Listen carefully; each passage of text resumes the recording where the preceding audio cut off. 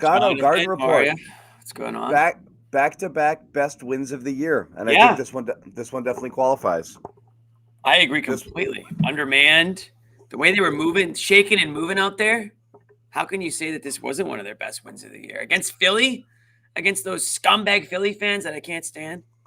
Yep, 1-0 without Jalen this year. Let's go. Um, And Porzingis. Oof. Yeah, and KP. 1-0 Um, with Horford in the starting lineup. Bobby will tell us that immediately when he comes there's in. an agenda. Yeah. There will We're on be agenda watch, agendas. everybody. Make sure that you are on high alert for agenda watch when Bobby comes on later and wants to talk about Yep. Al Horford in the starting lineup. What's going on, Catherine? How are you? Cat. Yes, Blorp. Fun game indeed. That was a fun game. Yeah. And as we know, uh, Jalen out with he's non-COVID illness. The guy didn't get. Porzingis out. I think he was close. I think they just held him out because why not? Porzingis probably like whacked out a bunch of betting lines this morning when he told Where's everybody Embiid was going to be out, um, and he was not what? in fact What? out. Oh yeah. He said in the morning shoot around um, that was going to happen. Didn't happen. Um, Celtics got Porzingis. look. Porzingis We was like, were "Yeah, I'm not going to play against Embiid today."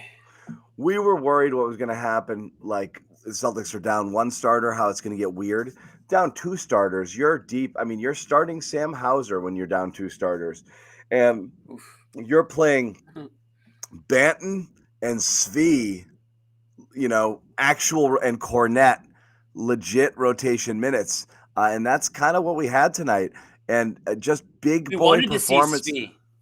Wanted to see Svi. He got 15 minutes. Hey, 15 minutes of action. he was a He was zero, plus fine. minus a zero. I He mean, was fine. whatever. Pritchard gets what Pritchard gets. Cornette got 20 minutes, 19 minutes.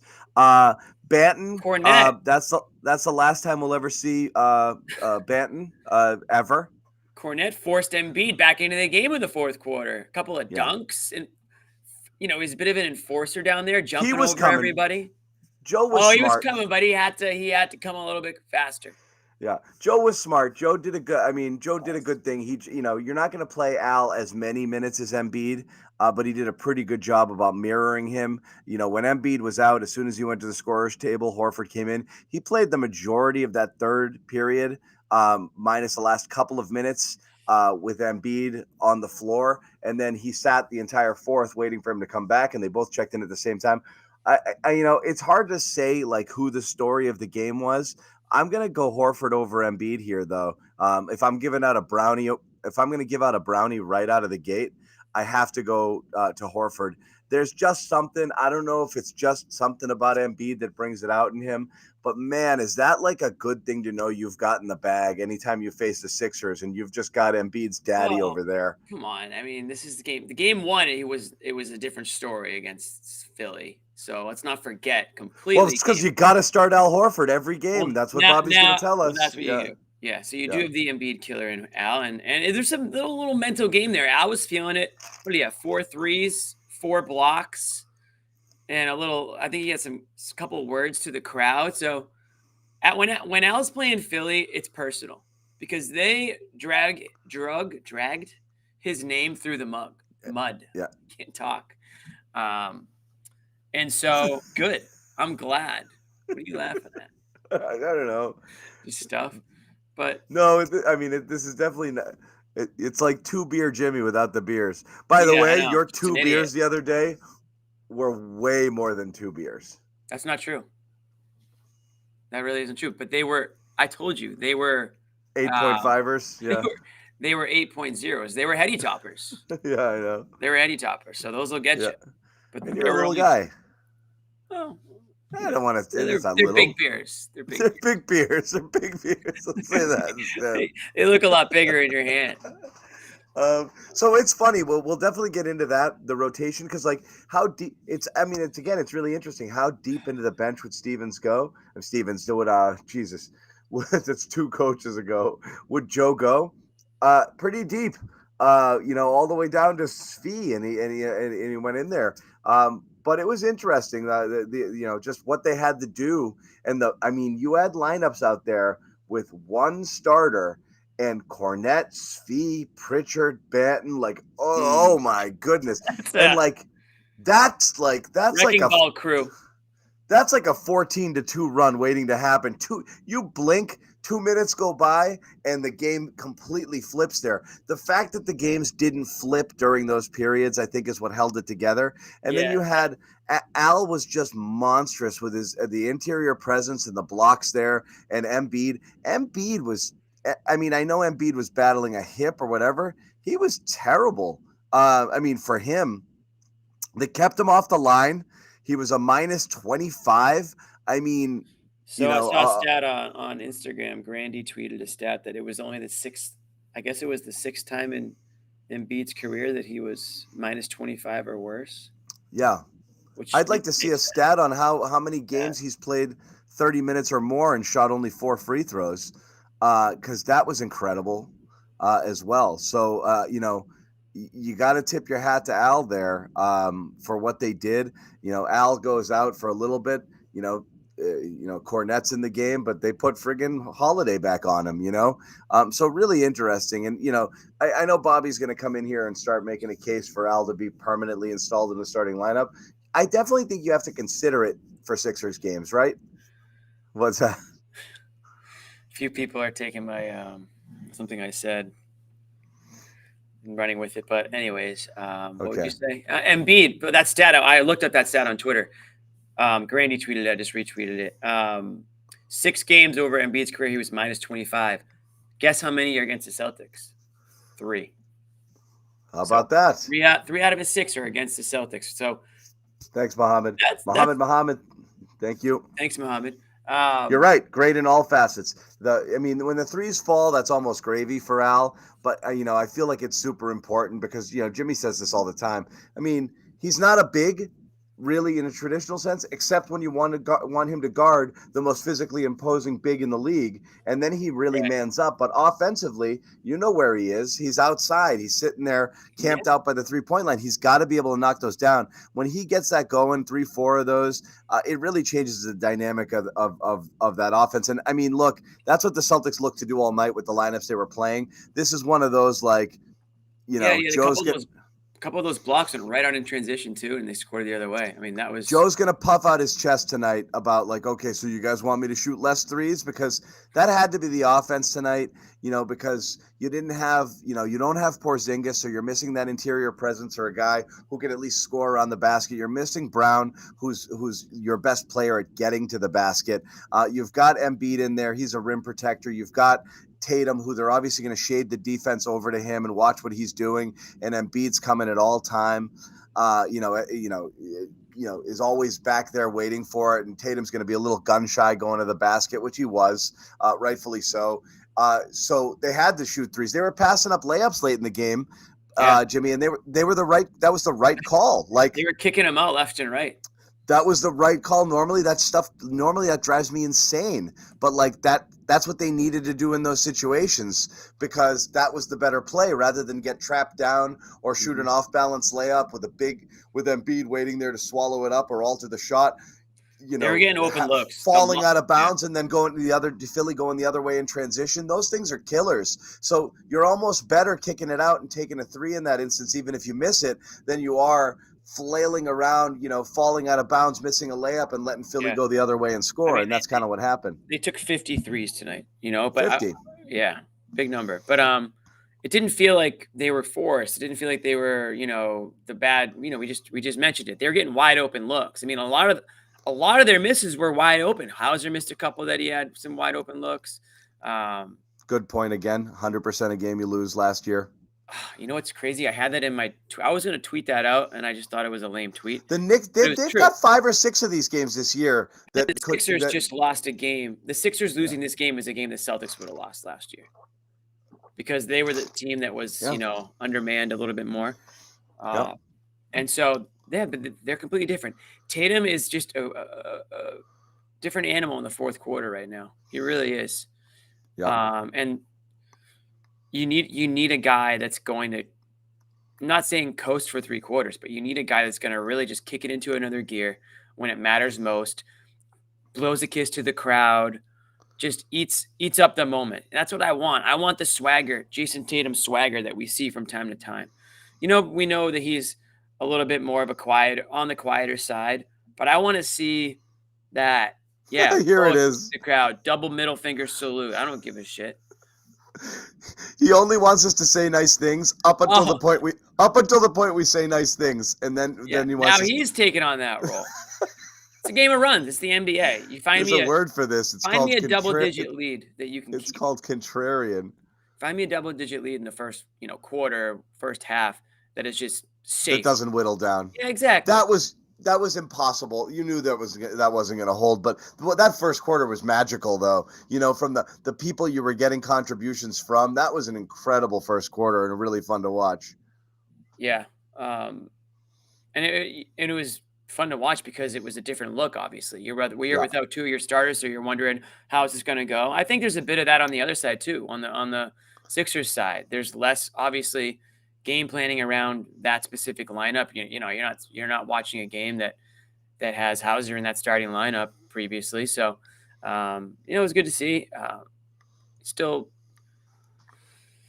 it was one of those games where I just like the way that they finished it. One of the big criticisms that we've had is that in previous seasons, they haven't figured out ways to close teams out. And it's been a different story for most of this season so far. And I think a lot of that has to do with, and I don't even know how much we mentioned him yet, but Derrick White was unbelievable tonight. First half, again in the fourth quarter, along with Tatum. It was Tatum and White in that fourth quarter. Like I said, I was back and forth between who gets the brownie between White and Al. I gave it to Al, but White was White and Jimmy. You're right. White. You needed Al for all the contributions he did, but that fourth quarter with that lineup out there, we were saying it in our chat, this could go really bad. And White saved their ass. White took White and Kornet scored the first 16 points of the quarter, I think, for the Celtics. and Kornet was obviously on a couple dunks or a putback or whatever. But I mean, White looked around. He's like, yeah, it's got to be me. And he took every shot and he made them. It was great. Father of two. He's probably getting less sleep, but this is what you look like when you get to 3. So don't do it. Yeah. Don't do it.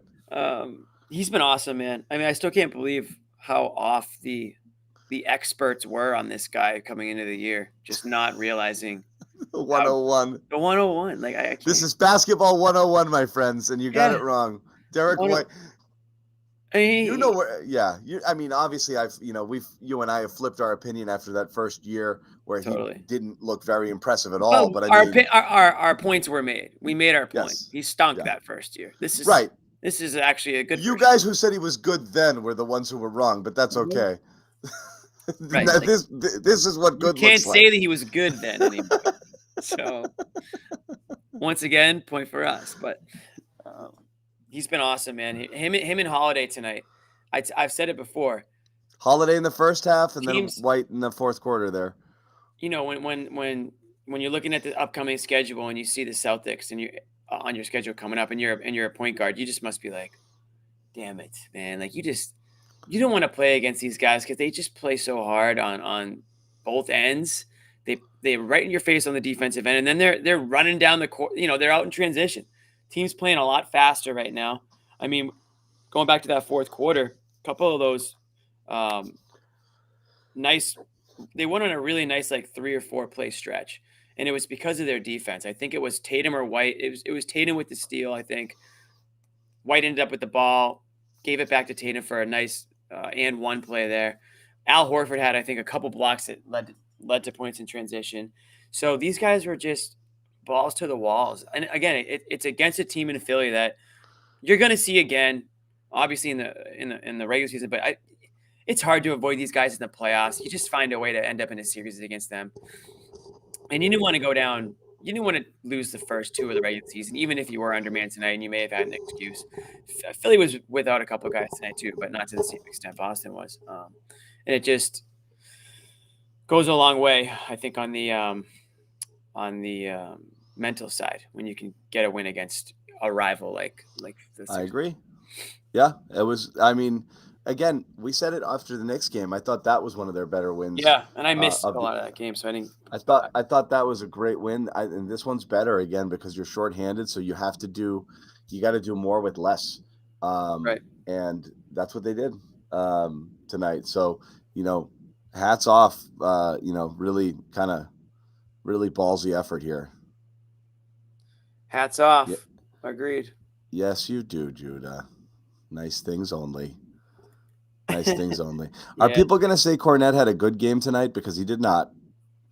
We're not going to get into that. But he did not. I think when you look Yeah. at Kornet or some of these guys, you got to look at him you got to kind of compartmentalize a little bit.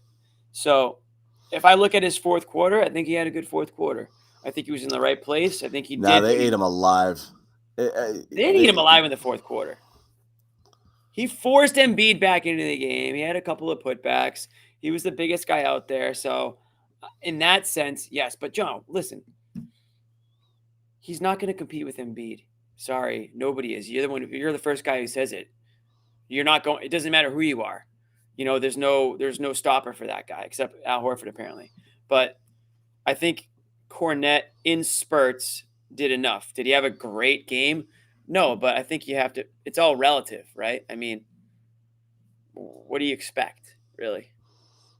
Really, what do you? If you're expecting much more, then you might need to change your expectations a bit or lower them.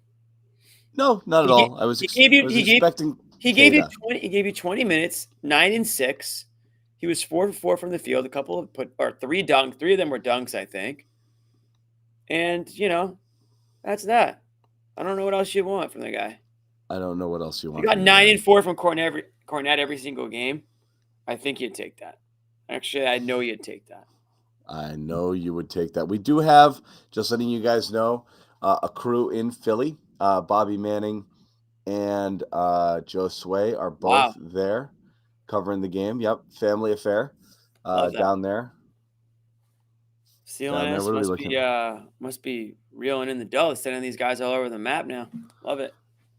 I'm gonna have to talk to Nick, get me on a road trip next. Don't tell people; they'll start asking for raises. Shh.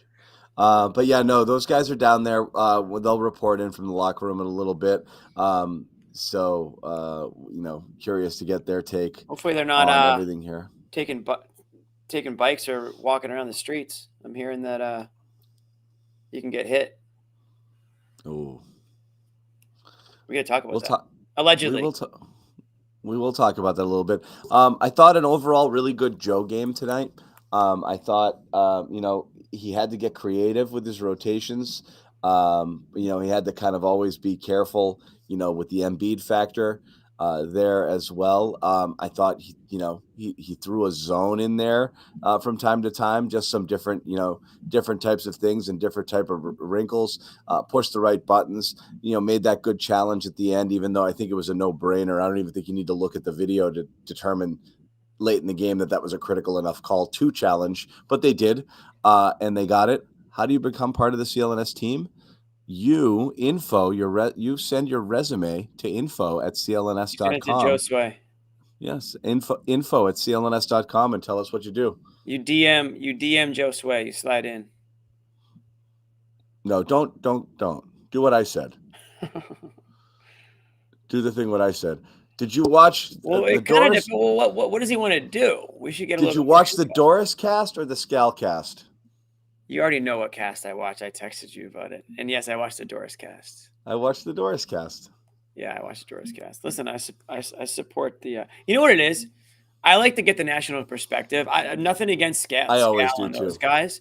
Those guys are great too, but whenever I get the opportunity to listen to the national perspective of things, just to see what they see things a little bit differently sometimes, and they might have a different perspective, and then you get a little bit more info on the opposing team. So yeah, I listened to the ESPN broadcast. A lot of females on that broadcast tonight. I'm not saying that was a bad thing, just saying that was a thing.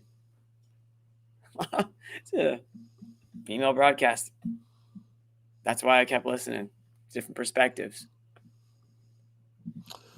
That's all. We're going to tell you guys a little bit about our sponsor, FanDuel. If you want to get in on the action, head over to fanduel.com/Boston. There you can get $150 in bonus bets when you place a winning $5 money line bet. Jimmy, tell them what a money line bet is. Just pick the winner, guys. Simple as that. Just pick the winner. If you pick a heavy favorite, you're not going to get a great payout. If you pick the underdog, you'll get a much better payout. But it's easy to follow the bet when you just pick the winner. Pick the winner. It's all you have to do. Again, it's the FanDuel is the official wagering partner of the CLNS Media Network, and it's also the official partner of the National Football League. And we are deep into the season here. You have no. We're deep into the season. You don't have the Patriots, who are a sure thing to make money off of, betting against them in the under this week. So you're going to have to get creative, but definitely head over to FanDuel. As we said, fanduel.com/Boston, win that $5 money line bet and get your bonus bets. Yeah, you got to win it. You got to win it. So I would recommend a money line on a heavy favorite. So like minus 500, you toss that bet in, get your bonus bucks, and then you can start to get a little risky with your bets. Sure. Yeah, that's what I would do. Jimmy, other observations for tonight. I'll tell you this: if this John, hold on. Let's get this guy on. I'm gonna log off. We'll get K Tyler on. Come on, K Tyler. I'll take my gig. Damn it, I just lost my gig. K Tyler, I'll ask you this question. Maybe you know more basketball than Jimmy. I bet you do. Are you as entertaining as Jimmy? And I guarantee you that answer is no, my friend. But I want to know what you have to do. We'll give him a chance. How about this, K Tyler? You come on the next show. I'll stay in the chat, and we'll see how you guys like being ridiculed for an hour and a half. Nonstop. It's okay. Jimmy's going to be canceled before this thing is over. John baited me.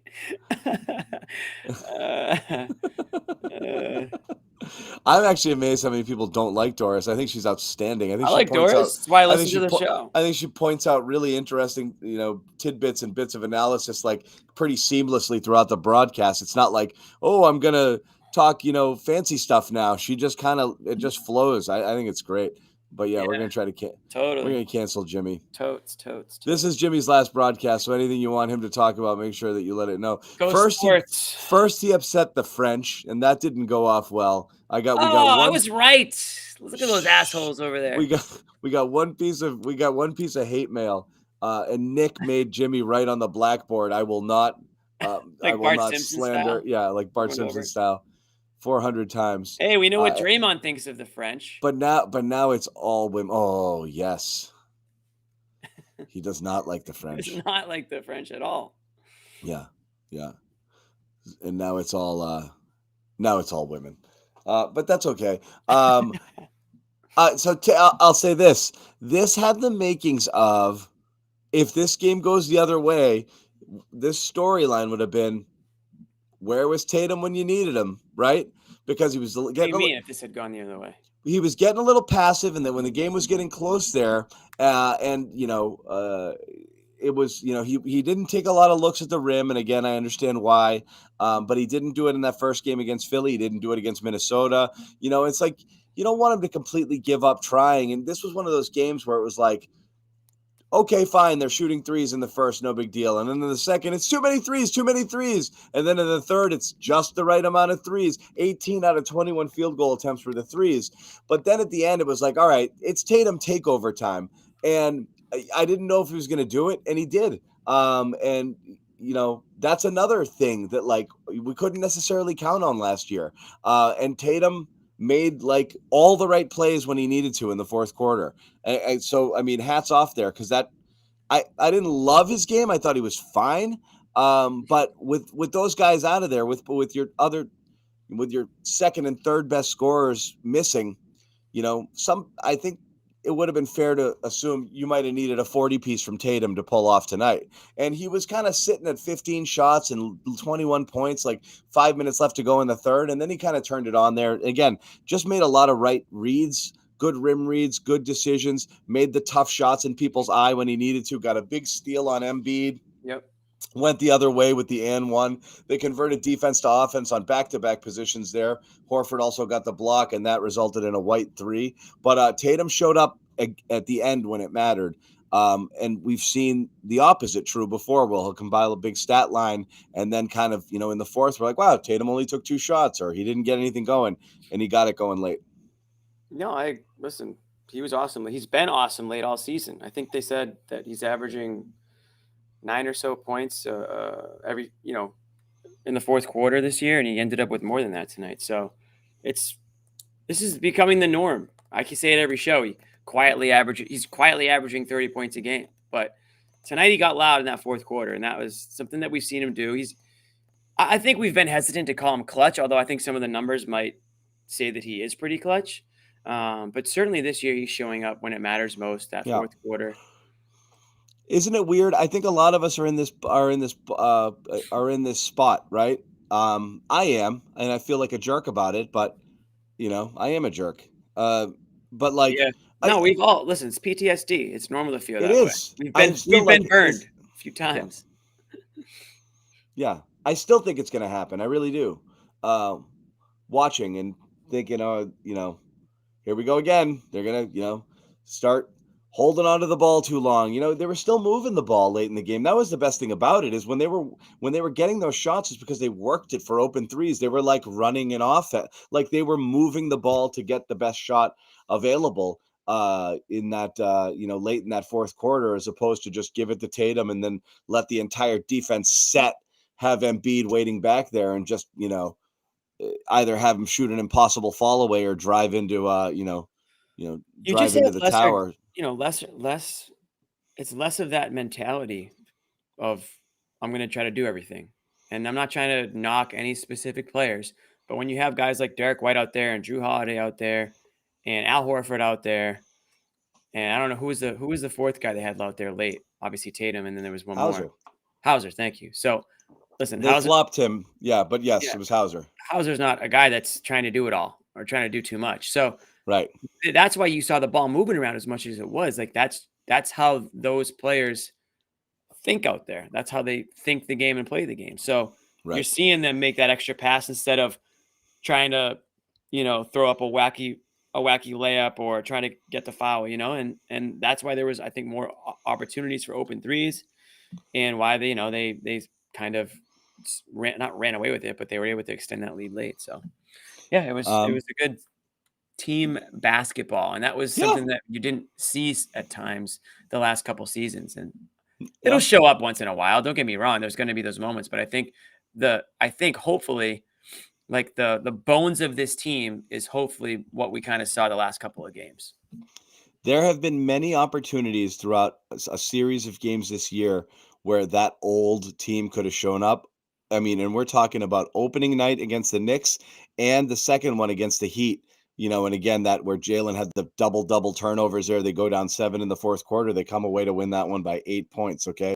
They could have given that one away. They crush, they have a couple big wins, but they also have those kind of,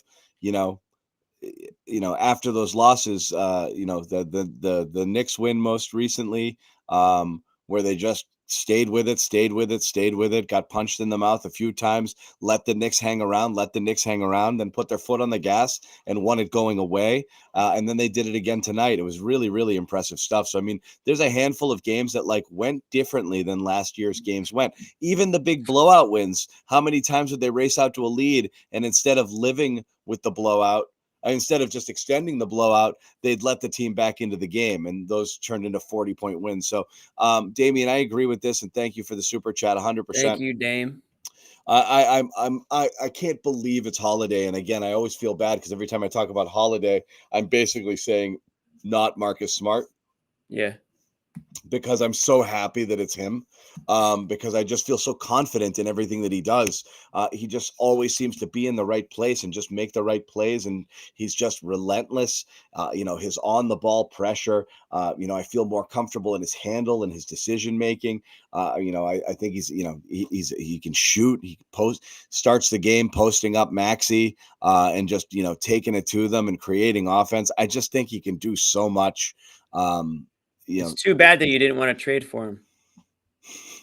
People won't forget. People won't forget. Not a lot of people know this. You didn't want to trade Rob for him. That's just too bad. It's not what I said. It's really too bad. I said it will hurt. That's an apology, Cam, at some point. I said it will hurt. But does it hurt? It does, because I liked Rob. I said personally it would hurt, but does it hurt anymore though? I think you're Jimmy. over it. Jimmy, I sold my Rob stock. I sold it.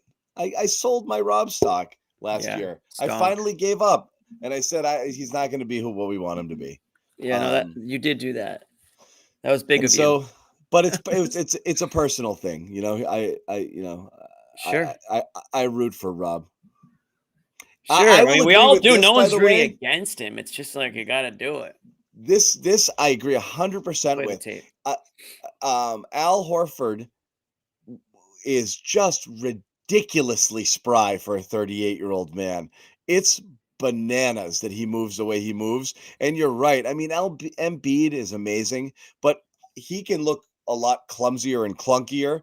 And you see him kind of like falling over and bending, and this and that. And then you see just Al just like a gazelle running up and down the court. If you had to guess, just watching the move, you would think Embiid is 10 years older than Horford. Totally. But that's credit to Horford. He's always amazing. He's always been somebody who he reminds me of Ray Allen, the way he kind of carries himself and treats his body and takes care of himself and, kind of stays sort of locked into the game on court stuff. And so I'm not surprised to see him still. And the other thing is, John, Al was smart. He saw the way the game was trending. He knew what he had to do to stay in the league. And he trended in a direction where he doesn't have to take as much contact anymore. He doesn't have to bang down low. And, obviously there's going to be the night where he's going to have to be a little bit more physical than some other nights, but he's ready for it. And the fact that he's coming off the bench, I know that there's definitely an adjustment, and you could probably certainly make the case after tonight that he might be better as a starter, but with this, that I still think the Celtics are better off with him on the bench because they have better players than him in the starting lineup. But that being said, the fact that he is able to spot start like that against, an MVP and have the type of effect that he still has at his age speaks volumes about his professionalism. So credit to him, man. And he looked like he can play another 5 years if he wants to. He's like, he's probably on the TB12 method for all we know. Yep. Yeah. So all I know is I didn't say anything. John wants to mention it. We've done pretty well without saying what we want to say, kind of saying everything but. I didn't say it. I'm not gonna piss in everybody's cornflakes tonight. But you can make a case if you were to bring Al into the starting lineup, there's a case to be made for who would go to the bench. I guess pretty good case. If we're gonna do a poll. So there's that. So there is that. I think also, again, talking about the guards tonight, and we might be able to welcome somebody else in here in a minute. What is going on? Oh God, it's a hat. It's something. Might be crooked. It's okay. Is it cold back there? I don't know. Give us a thumbs up when you're ready to go, mystery man. He's good to go. He looks like the Hamburglar. Yeah, no, he looks perfect. Let's bring in Bobby Manning. In our agenda-free zone here. Bobby, you're in the locker room. What's going on? Exciting one. That was a great game. Yeah. Incredible win. What you went into this game with and what you ended up playing with in terms of a rotation there, improbable win. It felt like two guys in Shvee and Banton who effectively haven't played real minutes all year, played winning stretches in this game. And not to mention Al Horford stepping in and playing probably the critical minutes in the game with 4 blocks and 4 threes. So your depth shined in this game. And how many segments have we done? 5 blocks, my man. Don't short them. Oh, they threw in the 5th. They didn't count that one originally. So that's exciting. Oh, wow. One of my box scores has it, so maybe I counted it too. He had that block on Covington late. We all saw it. Yeah, we'll give it to him on the show. How about that? Yeah, that's our own stats here. That's a Garden report. What are stats, anyways? Like we watched the game. We can call it a block. I saw what happened. So yeah. I know what everyone's expecting me to do. After the game, Horford had and Drew's effectiveness off the bench, which agenda watch. Which might have been the story of this game. Drew driving those winning bench units. Second game in a row, I think you won the non-Tatum minutes. Do you start Horford and do you move Drew to that bench? I'm not there yet, but it gave you an intriguing look at doing something like that, right? Because I think Horford fits in much better with the starters. Stop. What do you mean you're not there yet? You were there yet before game one. You were there yet before game one. You've been there. You had no choice. You had no choice but to pretend you were no longer there. And now it's, ha-ha, I've been here all along. No, I'm not going there. He's not there, but he was there, but he's not there. No, but you are going there. You are a little bit. You just went there. Well, it's worth talking about, isn't it? No, it isn't. You just saw Horford play his best game all year by far in the starting lineup. So this one game versus the other 9 when the starting lineup has been ridiculously That's why I'm not going there. But you are. We just talked last game. We just talked last game. You're not getting much anything from Horford off the bench. And Drew can clearly not only facilitate, but score on the ball, be aggressive in that second unit.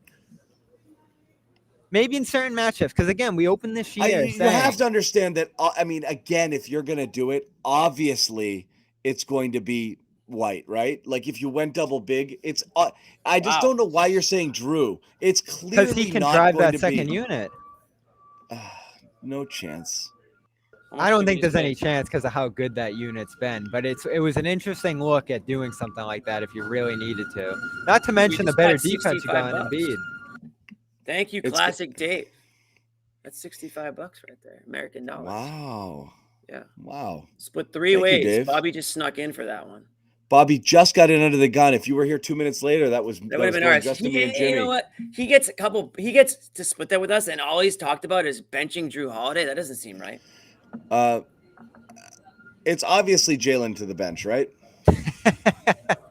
Is that what you open with? We didn't say it. I haven't said it. People are trying to goad me into saying it, just like they're trying to goad Jimmy into saying that he hates women. Whoa.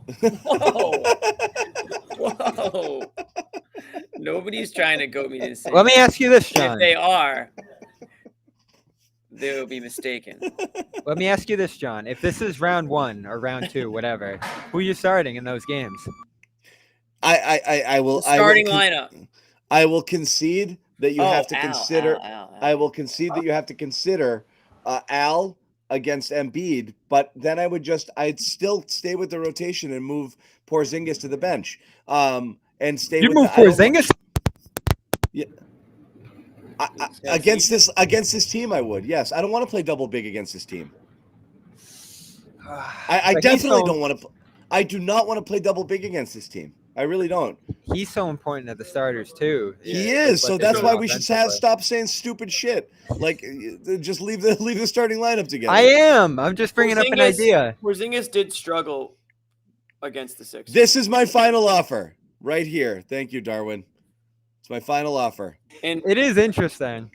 Take it or leave it. So then on the bench, Jalen gets to do whatever he wants with that second unit. You know what I also fire away.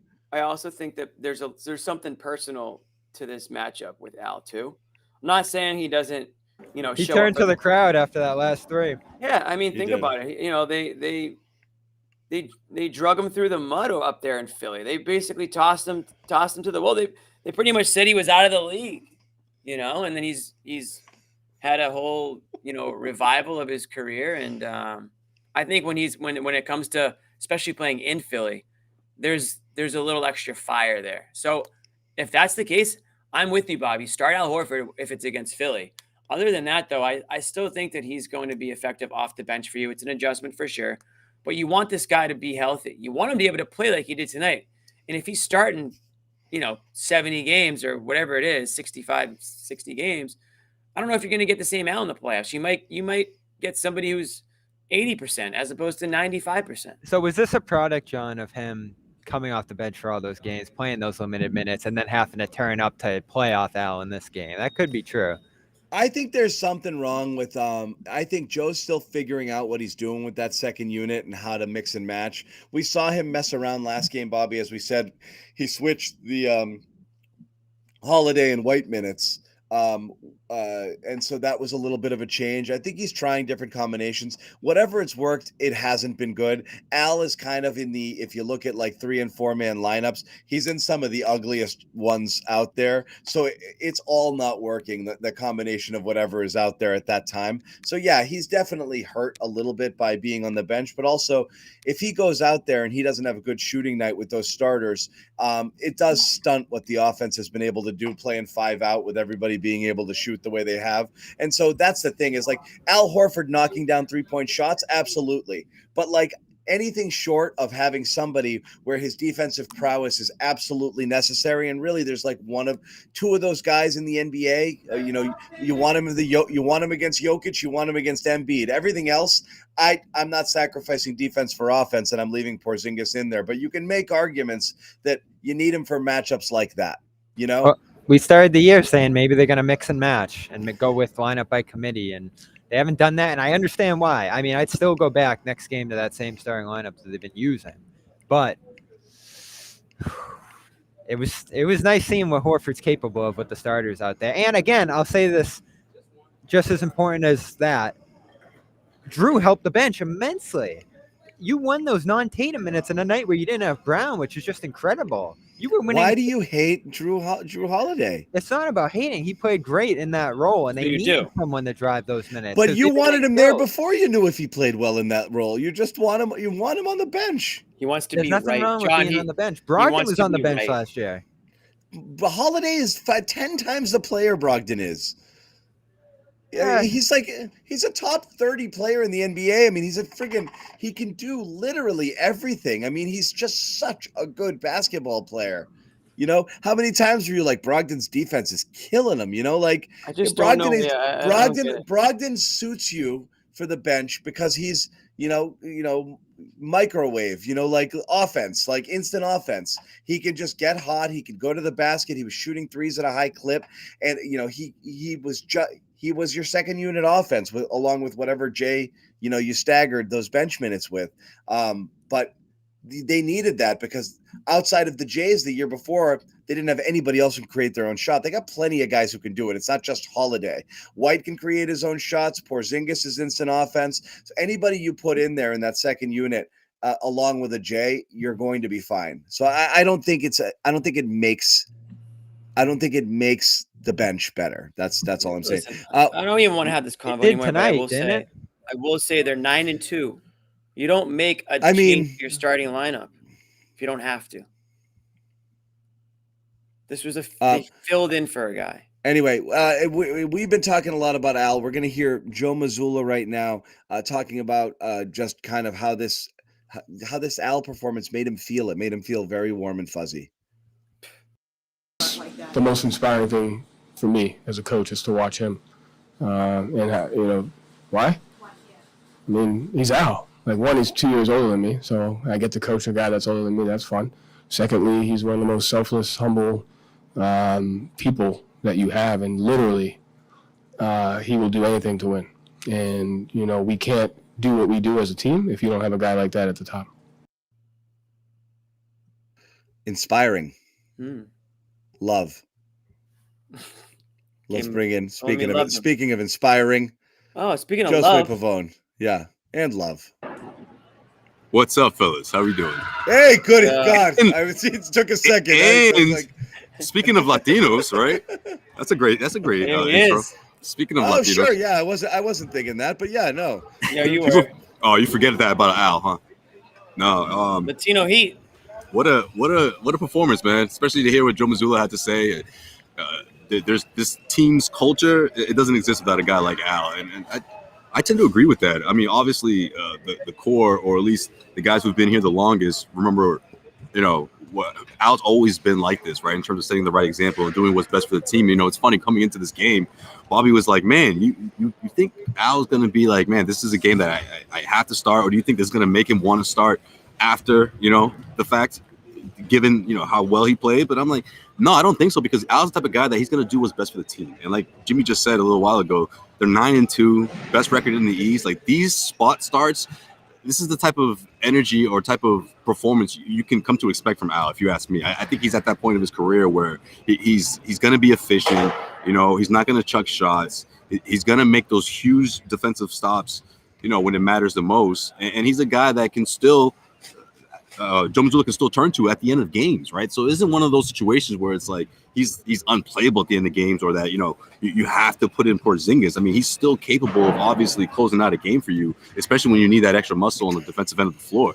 It was a heck of a game for him, man. And I'm really happy for Al, because I don't think he's a kind of player that was discouraged by the first 9 games or 10 games of the season, or the way, or you know, his numbers. But I just think coming in here and doing what he did on the national stage, and especially against this team, it does matter a lot to him, for sure. Facts, my dog. He even got a chance to shut up this particular section. He says always gives him crap whenever he comes here. So when he made that final that's what it three-pointer, was? yeah, That's I thought it good was to insight. Embiid. I thought he was talking to Embiid, but no, it was. He says every single time they stay in that corner and they just talk trash all game. So it was the perfect spot, as he said it, for him to let that thing fly and you know, drain it, sort of almost a dagger. Remember it got personal in the Atlanta series? I think it was the Hawks series. Someone was talking. That the got whole personal time. against Duke. Castiglione is who it got personal against. Yeah, it In did. this building. Oh my god, I In this forgot about building. that. That was the best Yeah. little like. I think he's afraid to come back. I don't know Feud. if we'll see Duke Castiglione this year. He goes, Alan Duke was a good feud. I don't remember anything with the fans. And that dude had the nerve to be upset with Bobby, by the way. But that's Yeah, another I topic. know. We're not going there. that's another talk for another day. But anyways, We're not going there. yeah, you know. And then towards the end of one day we will.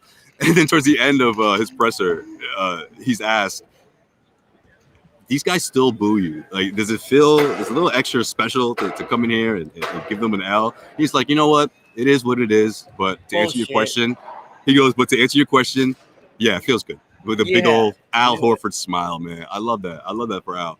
It's I been 4 love when years. he You gotta shows- have 4 pride, though. years since he Yeah, but signed he's with got Philly, pride. and they can't. They still. He still gets under their skin, man. I love that. I love that. For Al. Remember he did that shimmy after he threw down the big dunk here in Game 5. They blew it, but Yeah. all right, Yeah. whatever game it was, Game 4. That was awesome. Okay, we are not breaking up the starting lineup. Josue, what do you think of that? Nah. Everyone thinks we're the dumbest people in the world for this conversation. Well, I am, but go on. So we Nah. can't do it. We Nah, can't keep do it the way it is. it. Keep it how it is. All Yeah. right. Let's leave it there. Now and forever. They know what they're doing. By the way, I saw a cool before we go on to the next thing, because I I know just we're think not it's going to funny. mention them, but Banton tonight, a great moment in the locker room pregame where he's just kind of sitting back, like almost falling asleep. Joe darts in the room and goes up to him and says 2 words. And I couldn't tell what 2 words he said. I almost felt like he went up to him and was like, "You're starting," because he shot right up. Like the teammates next to him were like freaking out. They were like, "Ooh!" And then he like got up and like threw some water on his face. He was like, "Ooh, I better stretch a little bit more." And then he comes in the game like first. Puts off the down the bench. cheesburger. yeah. He's like, Puts "Oh down a shit, McDouble. I'm gonna play." The way he Yeah. just woke up was incredible. But I just asked him, and he said, He "Yeah, starts he's putting playing." Visine in his eyes. Like, Yeah. Did you guys just I hear Coach did said? not Yeah. expect that. Oh, okay. Shake it off. Let's go. Let's go. It was an I'm in incredible tonight. moment. And Good Joe for did him. it. Joe did it in front of it. You know, Joe had to know we were in there and made that gesture. You know, got this guy fired up, and the teammates really did light up. It was a pretty cool moment. Like Steve was like, "Yeah," and like Sam was yelling at him across the room, and it was Well, awesome. John said it was the last time we'll ever see him. So hopefully he enjoyed that moment. No, Did you- I was surprised to see him in the second half. Like he was I like, know. man. I didn't think he was getting that second stint after.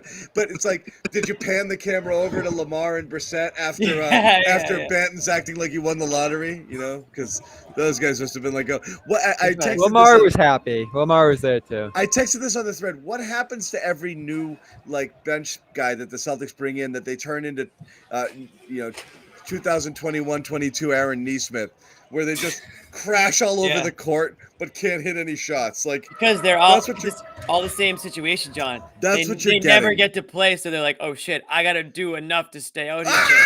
Yeah. They just start they literally try to kill themselves. Yeah, I can do that, coach. I'll do that. Yeah, and then the ball comes to them, and they're like, "Ugh." Like that first Banton shot. If you lined up 3 baskets next to one another, it would have airballed the one furthest on the left. Like it wasn't. That was a tough miss. close. The little leaner. Hey, yeah. You know what? Though? No, you gotta the one from the. You got to get the form down. You know. Oh yeah, he had the air ball too. Yeah. Oh my God. John, he just found out he was gonna play. All right, jeez. Yeah. Give the First guy a minutes break. all year, and he was a +8, as the chat says. No, he should stay ready, man. Regardless. I mean, he had 5 rebounds in like 4 minutes. I mean, he was I all thought he over the defended place. well too. No, Those bench units look good. Even First speed, game like the jitters, you know? putback, the 3. Yeah. Get the first one out of the way. Now, if only Joe will do that to Stevens. Go up to Stevens and say, "Hey, you're gonna play tonight, bud. Even though you've played for 3 years, like we're gonna play you tonight." Cater was active tonight. Oh, that's actually didn't realize that. That's good. So he is back. But I had to mention this, John. I couldn't go without saying it. 5 straight points for Luke Kornet in the 4th quarter. I mentioned it. How many did he give up? I gotta go back and look. Bobby, I thought Luke was. If I had to guess, more. Yeah, more than he scored. There was one person who was a minus in tonight's game. Can you guess who that was? It was Luke. Luke Kornet. Yeah, but I still think he had a couple of solid sequences in that 4th quarter. A couple nice putbacks. He's looking better. When the Celtics were trying to extend that lead there, Luke came up with a couple of big dunks, forced Embiid back into the game, and I thought he held his own for the most part. And what I said to John earlier, Bobby, was Luke gave you 9 and 4 tonight. If he gives you 9 and 4 every night, are you going to complain about that? No, that's what you want from him. Right. Maybe 5 would be nice, but we'll take 4. The guy, if you're 7 feet, you should be able to just fall into 5 rebounds. I feel like so. Yeah. I don't know. Pretty amazing win. I'll I mean, never you know. said coming into this one, you'd have no Brown, no Porzingis, and these guys played. You wouldn't have felt great. Plus, blowing the lead they did in the 2nd quarter, it was tough to get back up from that. But they did a good job. White, I'm sure you guys mentioned him. Just incredible poise. Led the offense in that 2nd half. Big shot after big shot. Great passes too. It really Point was that guard 4th, White. Bobby. Yeah, like That's that. what we were talking about. That because they went full bench to start the 4th there.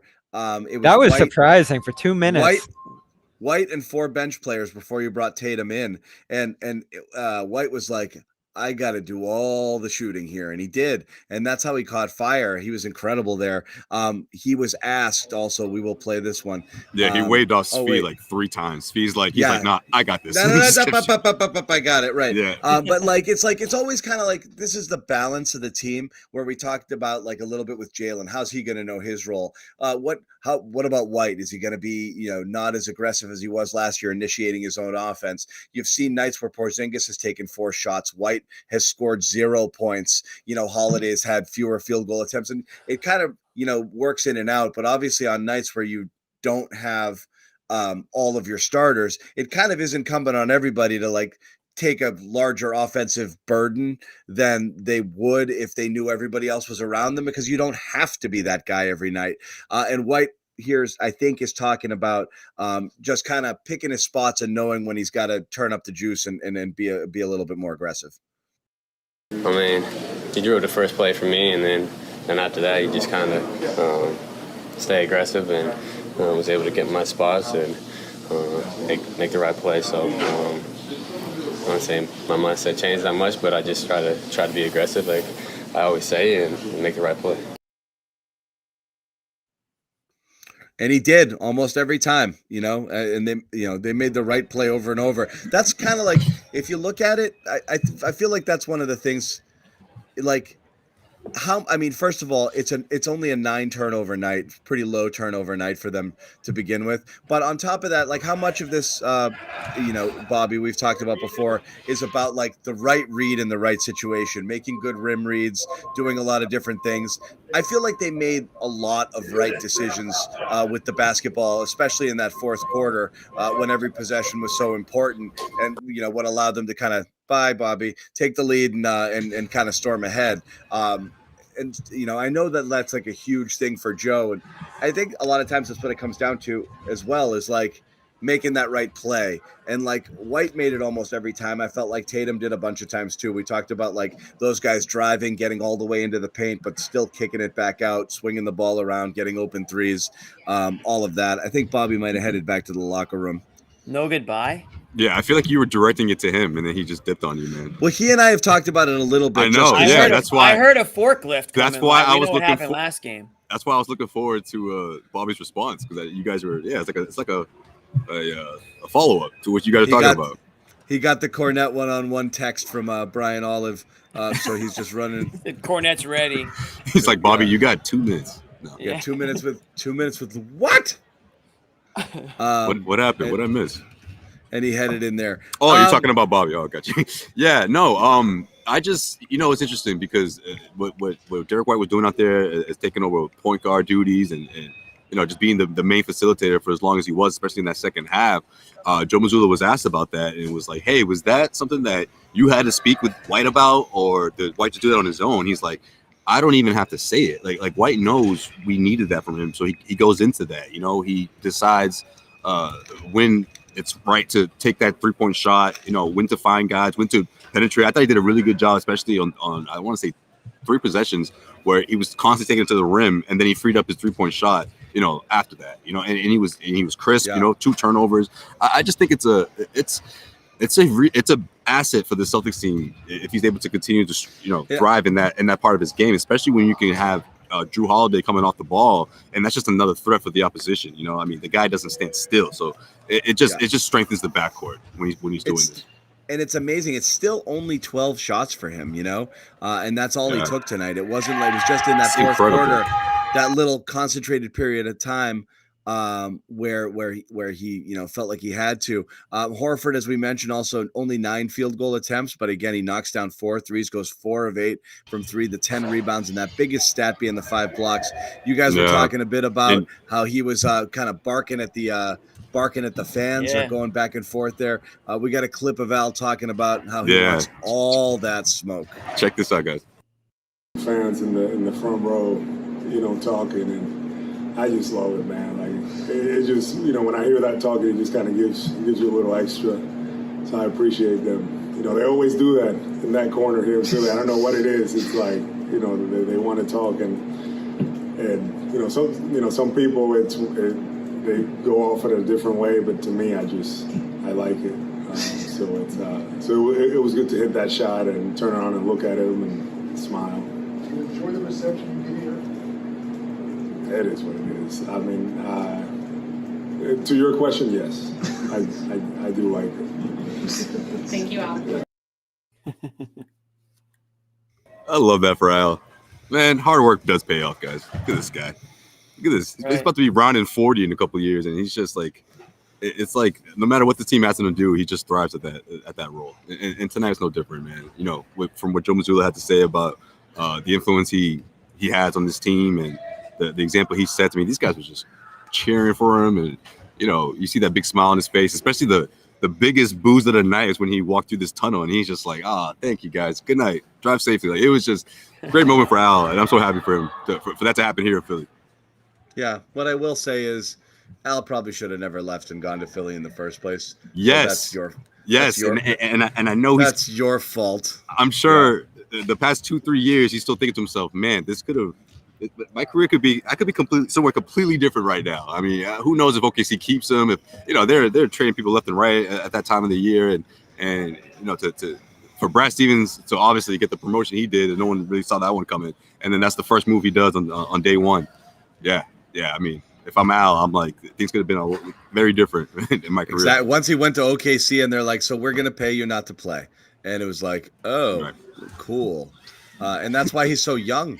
Yeah, you know? But he always credits their staff, just the workouts and the way that he was able to rehab in OKC and spend that last 2 months of the regular season. He says that it really did help him in a big way going into this his first season back in Boston. Yeah. No doubt about it. Let's see if Bobby hops back on here. First off, we want to tell you about another one of our sponsors here, and that is HelloFresh. If you go to HelloFresh.com, CLNS free, you know what you're going to get?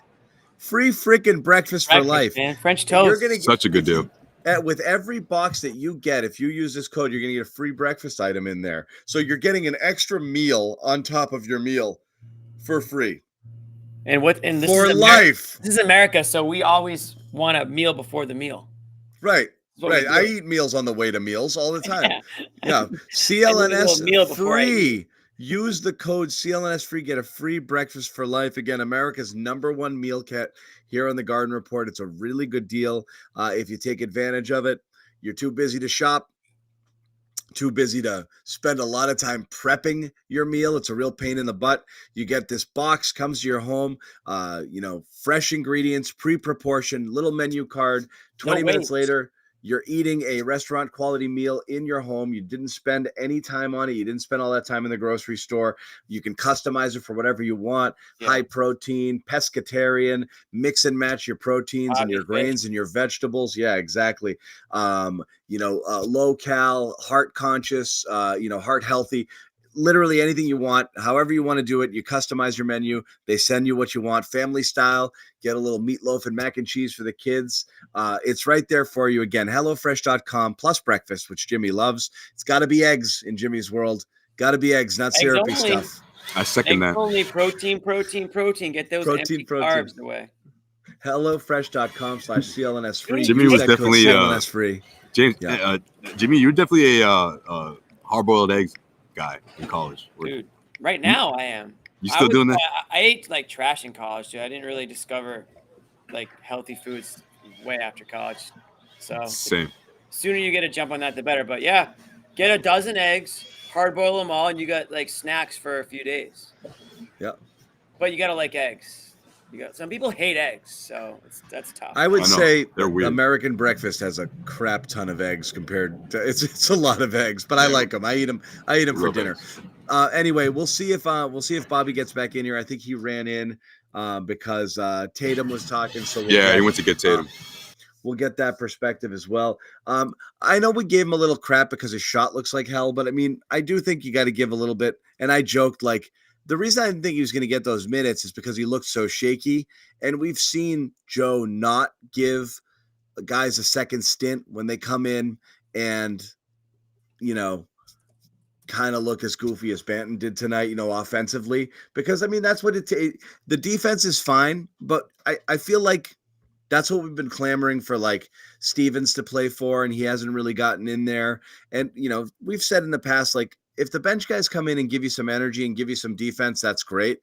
But on a night like this, when you're down so many people, I felt like you needed everyone to have at least some offensive capabilities or be a threat to score. I think that's probably why Svi got minutes tonight, because when you're down two offensive weapons, you can't just bring in a bench lineup of Brissett and Banton and Stevens and then expect points to get scored. I think that's why it ended up this way. But it is interesting that he got the run, not those other guys. And again, he did some good things. That second quarter, I know he had some sloppy moments and a couple of ugly misses, but they extended the lead during those minutes, late in the first into the second. So it was pretty good. I mean, I guess you could do worse. It was only 8 minutes and a couple of short stints, but like, would you give him another look? Would you, again, we're trying to figure out who else cracks that rotation outside of Hauser and Pritchard when he goes down to 8, like who's number 9, who's number 10? Will it be situationally dependent? What did you guys think of Banton? I would love to see him get another look, especially if Jaylen Brown misses another game because he's sick. I would love to see that. If Jalen's available, no. It's one of those things that I feel like if you go deep into your bench, when you're missing someone like Tatum or Brown, then I don't mind seeing him get his reps in.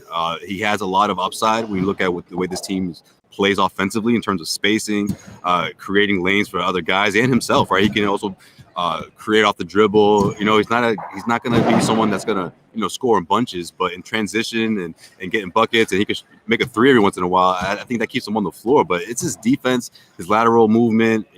Again, that's going to get you playing time. It's essentially what opened the door for Sam Hauser when you think about it. And then he just started going off from the 3-point from outside. I mean, last year coming into this year, so he's a shoo-in for the rotation for sure. But I just think that when someone like that offers that much upside, especially when he's checking that many boxes that what this team is trying to do, you're gonna find Joe Mazzulla's gonna find minutes for you, and I think that's where Banton's at. He's sort of that guy that he's gonna get that first spot when someone like Tatum or Brown, is gonna find.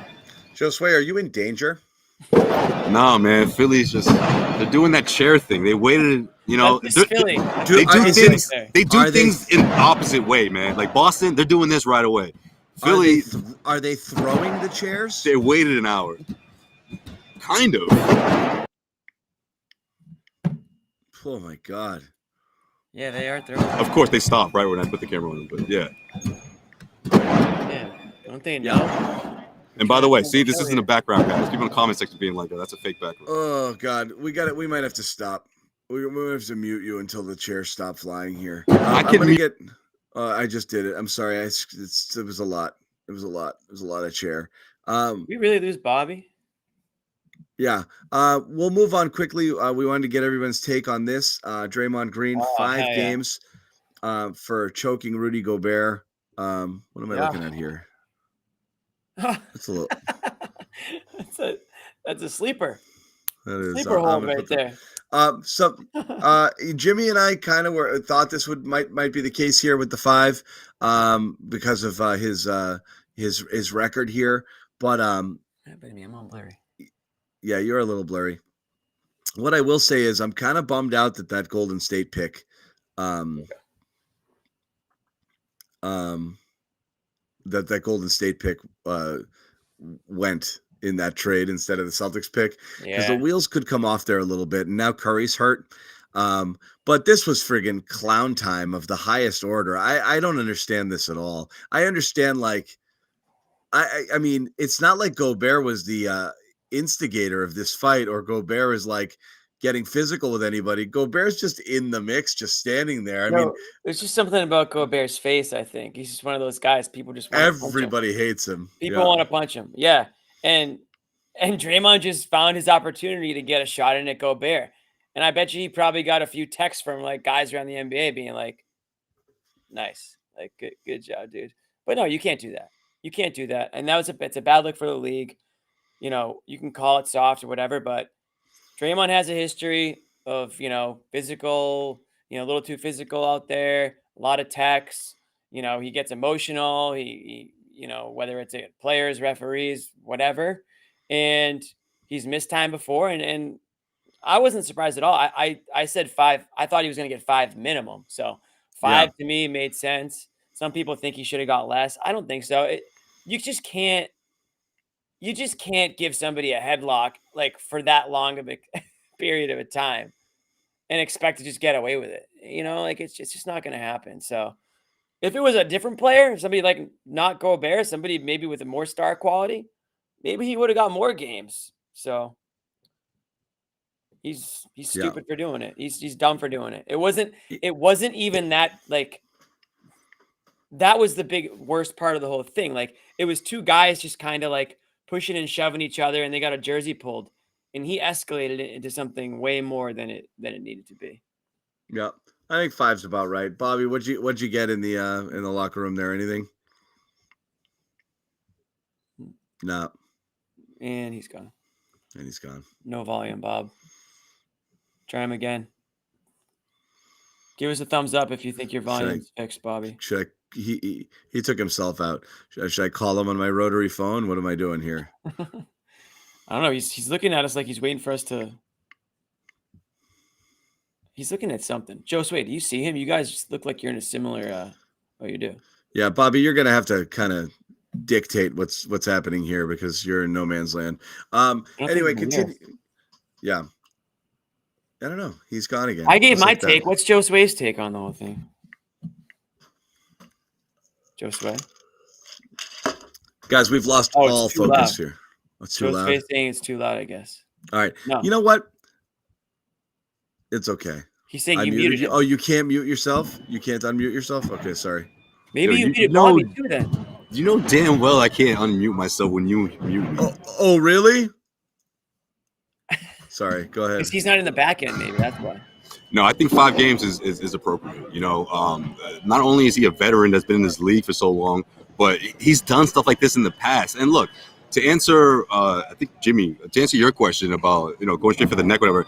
In my mind, Draymond saw someone make contact with Klay Thompson's neck, and he said, "Oh, this is free game now," and he just took it over the top. Like that was insane. Necks are in play. Yeah. Yeah, like it's like, dude, that's not the same thing. It's like you're dragging this dude by the neck, and again, you're a grown ass man, and you've been in this league long enough. I mean, honestly, initially my reaction was it maybe should have been more, but then I don't know. I started talking to Bobby about it, and then I was like, you know what? Maybe five is the right number, but it's just I don't know, man. Like I just feel like Draymond just uses any excuse to just take it up like 75 notches. And totally, this is what happened. He gets 5 games, and he's probably going to complain saying that he should have received 1. Like it's ridiculous. Yeah. All right. Between the chairs and Bobby not able to get in here, we are going to wrap. We got another one Friday. Bobby's got some issues there. Obviously, these guys are on the road. We are oftentimes at the mercy of stadium Wi-Fi and whatever the respective bowl gangs or the cleanup crews in those cities are doing. And it's not falling in our favor tonight. Yeah, it's not falling in our favor tonight. So we're going to wrap it up. But we have another one coming up Friday in Toronto. I gotta give Josue and Bobby props. They showed up to Philly looking like boys to men tonight. They brought like that. Yeah, you got your boys to men swag. You gotta check out when we Motown. when we caught up with some of these Sixers fans before the game. Stay tuned. Oh, okay, we'll check that out. Coming soon. No one got punched. All right, the chairs are killing me. We're gonna wrap it. Thank you guys for hanging out. We will see you guys. We'll see you guys on